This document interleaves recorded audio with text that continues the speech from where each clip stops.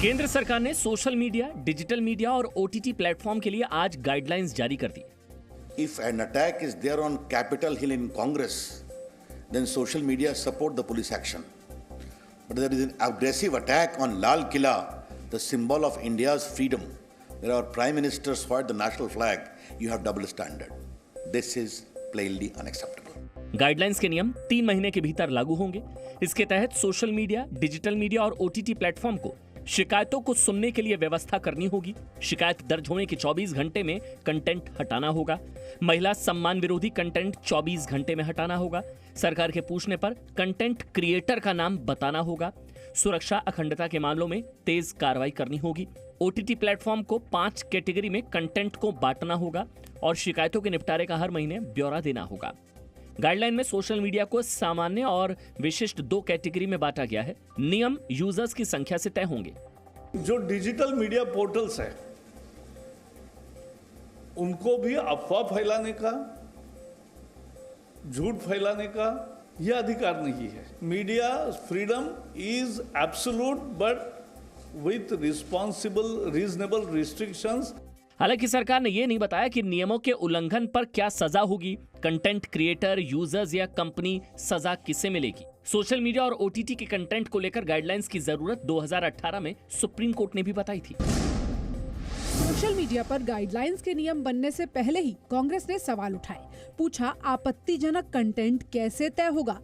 Objectionable किस comment को मानेंगे, क्या यह सरकार तय करेगी? और दूसरा, मुझे तो लगता है कि ज्यादातर जो भी ऑब्जेक्शनल जो सामग्री होगी वो तो बीजेपी के ही कार्यकर्ताओं की होगी। गाइडलाइंस पर फेसबुक ने भी प्रतिक्रिया दी है। फेसबुक ने कहा, हम स्वतंत्र और सुरक्षित रूप से अभिव्यक्ति के लिए प्रतिबद्ध हैं। सरकार ने जो गाइडलाइंस जारी की हैं, उनका अध्ययन करेंगे। वहीं वेब सीरीज तांडव के आपत्तिजनक कंटेंट को लेकर आज इलाहाबाद हाईकोर्ट ने कड़ी टिप्पणी की। हाईकोर्ट ने कहा, अभिव्यक्ति की आजादी के नाम पर हिंदू देवी देवताओं का अपमान नहीं किया जा सकता। संविधान निर्माताओं का उद्देश्य सभी धर्मों को सम्मान देना था। इलाहाबाद हाईकोर्ट ने इसी के साथ अमेजॉन प्राइम की इंडिया हेड अपर्णा पुरोहित की अग्रिम जमानत याचिका भी खारिज कर दी। अहमदाबाद के नरेंद्र मोदी क्रिकेट स्टेडियम में खेले गए डे नाइट टेस्ट में भारत ने इंग्लैंड को 10 विकेट से हरा दिया। भारत ने टेस्ट मैच में 2 दिन से भी कम समय में जीत दर्ज करके इतिहास रच दिया है। दूसरे विश्व युद्ध के बाद ये सबसे कम समय में खत्म होने वाला टेस्ट मैच है। इसमें सिर्फ 132.4 ओवर फेंके गए और मैच का नतीजा भी निकल आया। इंग्लैंड पहली पारी में 112 पर ऑल आउट हो गया, तो भारत ने पहली पारी में 145 रन बनाए। इंग्लैंड की दूसरी पारी 81 पर सिमट गई। फिर भारत ने जीत के लिए 49 रन का लक्ष्य बिना विकेट खोए हासिल कर लिया।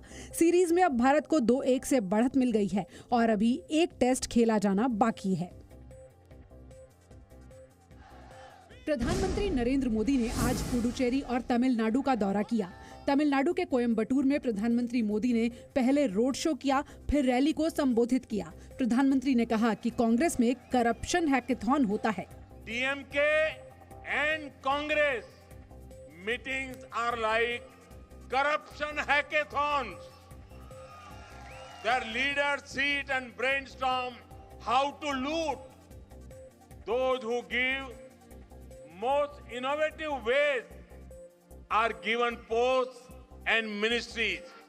इससे पहले प्रधानमंत्री पुडुचेरी के दौरे पर गए, जहां कई परियोजनाओं की शुरुआत और हाईवे प्रोजेक्ट्स की आधारशिला रखी। प्रधानमंत्री नरेंद्र मोदी ने जनसभा को संबोधित करते हुए वंशवाद पर हमला बोला।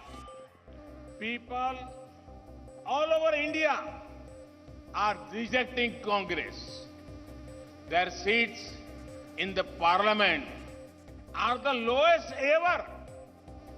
The Congress culture of feudal politics, dynasty politics, patronage politics is ending. Kolkata में बीजेपी अध्यक्ष जेपी नड्डा ने आज सोनार बांग्ला मिशन की शुरुआत की। इस दौरान जेपी नड्डा ने 294 वैन को हरी झंडी दिखाई, जो बंगाल की सभी विधानसभा क्षेत्रों में जाएंगी और करीब 2 करोड़ लोगों से सुझाव मांगेंगी। कैसे वो कट मनी से बचे, इसकी भी हमको सुझाव चाहिए। ये भी हमको चिंता करने की जरूरत है और रास्ता आप ही बताएंगे, क्योंकि कट मनी आपको ही देना पड़ता है। उसको कट आप ही करेंगे। वहीं पश्चिम बंगाल में चुनाव लड़ने की तैयारी कर रहे AIMIM के अध्यक्ष असदुद्दीन ओवैसी की कोलकाता में होने वाली रैली को प्रशासन ने अनुमति नहीं दी। इससे नाराज होकर असदुद्दीन ओवैसी ने चुनाव आयोग जाने की धमकी दी है। पुलिस के जितने ऑफिशियल्स हैं उनको election commission code of conduct आने के बाद उनका इमीडिएटली ट्रांसफर करना। कोड ऑफ कंडक्ट नहीं आया, उससे पहले हमको पब्लिक मीटिंग का परमिशन नहीं दे रहे आप, तो कैसे इलेक्शन फ्री एंड फेयर होगा? इससे पहले 24 नॉर्थ परगना में बीजेपी की परिवर्तन यात्रा को भी प्रशासन की अनुमति नहीं मिली थी। इस पर बीजेपी ने कड़ा विरोध जताया था। पेट्रोल डीजल की बढ़ती कीमतों के खिलाफ पश्चिम बंगाल के मुख्यमंत्री ने कोलकाता में इलेक्ट्रिक स्कूटी की सवारी की। मुख्यमंत्री ममता बनर्जी पहले खुद स्कूटी चलाने की कोशिश करती दिखी। महंगाई के बहाने ममता बनर्जी ने केंद्र सरकार से कई सवाल किए। ऐसा केस लगा देता है और सबको टेररिस्ट बना देता है।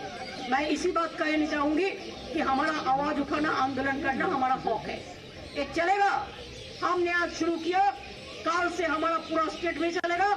आज सुबह ममता बनर्जी स्कूटी पर बैठकर घर से सचिवालय के लिए निकली। स्कूटी उनके कैबिनेट मंत्री फिरहाद हकीम चला रहे थे।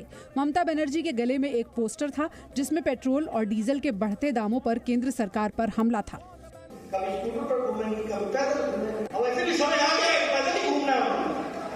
Presenting B News app, available on Google Play and App Store. Download it now.